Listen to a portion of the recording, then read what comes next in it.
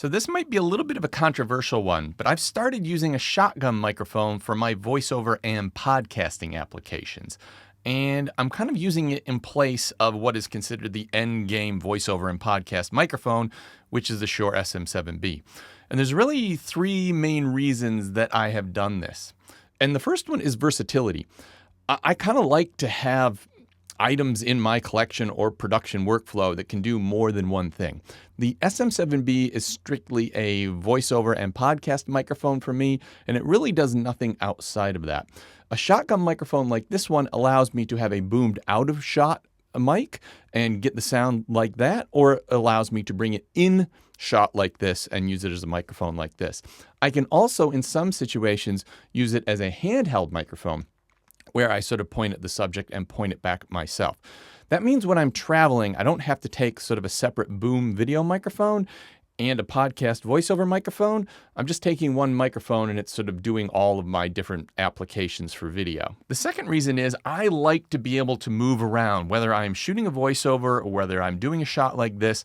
I like to have some flexibility, and I don't like to have to be right up on top of the mic kissing the microphone. The Shure SM7B really performs best when your lips are almost touching the end of that microphone. You have to be within one fist of it to really get the best sound out of it. Where a shotgun microphone is designed to be more directional and eliminate those sounds from the side. And it means that if I get further away, it still sounds pretty decent. Where the Shure SM7B, I get close to it, it sounds very, very loud. And as I get away, it's sort of the sound that it picks up becomes more and more distant. That makes it a lot harder in editing, and it gives me a lot less freedom when I'm moving around actually shooting the piece or doing the podcast. And the third reason is I use these microphones for my YouTube videos. And I often like to have, in the YouTube videos, I often like to have the microphone boomed so you don't see it and it's sort of not distracting the shot and I'm sort of totally free, particularly when I'm sort of demonstrating on the table here. I like to just have all those boom arms and everything out of the shot. But there are times where I do want to lay voiceover over that same video. So I've shot some sort of talking head part like this, but then later maybe I forgot something or maybe I shot some additional footage and I want to voice over it. If I'm using this shotgun microphone for my voiceovers as well as my sort of A-roll shot, what I've actually got is the same sound. It sort of matches. Now, it's interesting because the further you get the mic away from yourself, you sort of lose a little bit of that proximity effect and that bass response. So it does sound a bit more intimate when I'm sort of right on top of it, talking like this. But you can still tell it has a very similar tone. And a big part of this, if you don't have any microphones yet, is the savings that you will get, because you're looking at $400 for the Shure SM7B, and this is the Azden something 250H. It's a hypercardioid shotgun microphone. This is $299.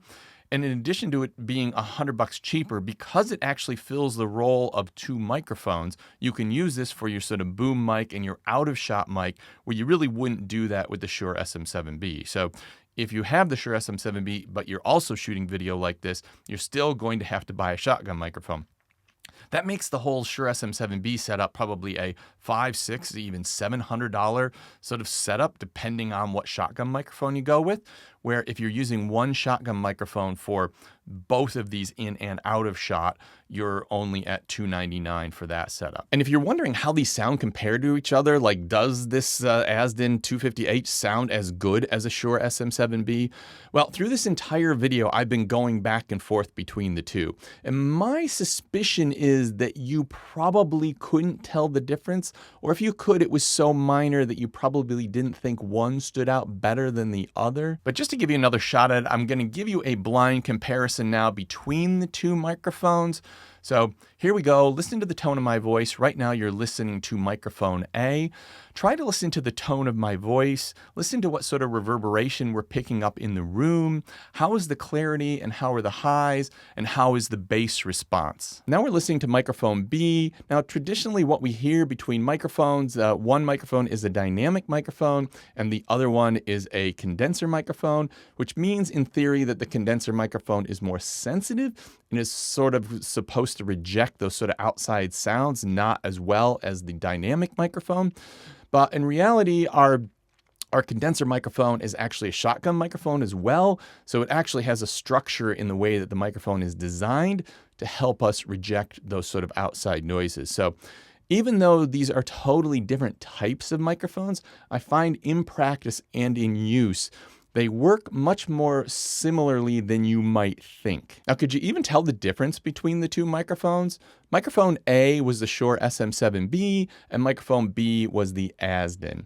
And if you're looking for the best on-camera microphone for YouTube and video production, I've just thrown a video on screen now, and this has got a detailed comparison between a bunch of budget-friendly on-camera microphones.